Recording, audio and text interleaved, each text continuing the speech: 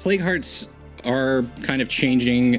Before they were effectively really cool meat piñatas that would just be filled with loot and cool stuff, and they controlled regions of the map, but they weren't really active too much. If you left them alone, they kind of left you alone. Once you go into Plague territory and start killing zombies or making a lot of noise or getting spotted by screamers, the Plague Heart's going to wake up. And at that point, it's going to start sending out hordes specifically to track you down and infest the sites around your base and then start sieging you.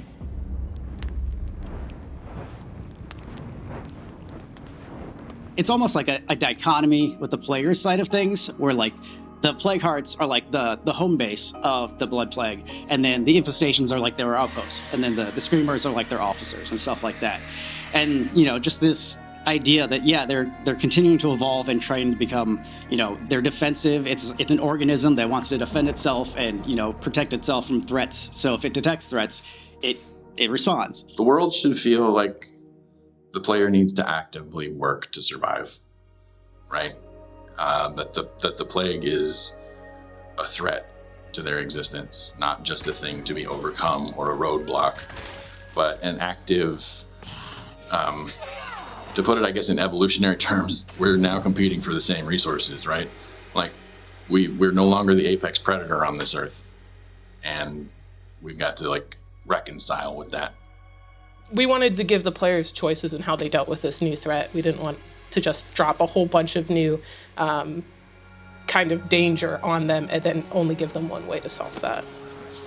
It's giving more tools that you don't have to actively go out and fight the threat yourself. You can make strategic, preemptive decisions on setting up these outpost defenses so that you don't have to go and deal with every horde and every infestation individually. And you can kind of spend your time going over and do other parts of the game, like do a mission or go do some looting while you know that you have landmines up that are protecting you from a certain situation. Or like, oh, the infestations are building up pretty big. Let's just drop an infestation bait, go there myself, just mow everything down that comes at me, and then it's clear for quite a while. It's creepy and suspenseful, and you're always worried about, like, am I going to screw up?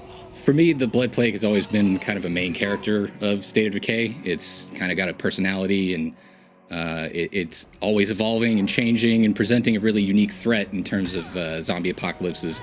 It fights you for territory. It fights you for control of maps, and that's a very interesting mechanic. So making that more established within the narrative as well, kind of giving it a reason for and an overarching goal of finding the player's base and trying to eradicate it, kind of puts it into this kind of neat little inversion of the exact same goals the player has. So in a war for territory, only one person's going to win, you know? Plague is coming for you. What are you going to do about it? How do we go forward from here?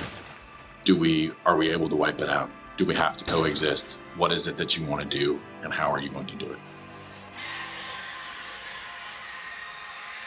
Test realm was really huge for this update, especially with it being such a complicated update. With so many systems being impacted, it was really important to get a lot of player feedback. We knew that a big system change like this is going to have almost no chance to be completely polished when it goes to PTR. There's going to be a lot of edge cases and weird things. Is it too hard on the high end? Is it too easy? What is it like for the green players? Is it, what is that experience like for new people? So it was a lot of back and forth just because everything ripples out so far. I've been on a lot of games that have been publicly tested or PTR. This is probably the best and usable feedback that I think I have gotten in any game I've worked on. PTR and the feedback we've gotten from those players has helped mold it, shape it, change it in ways that obviously make it a pretty exciting update for us. Landmines, because I personally love when things go boom.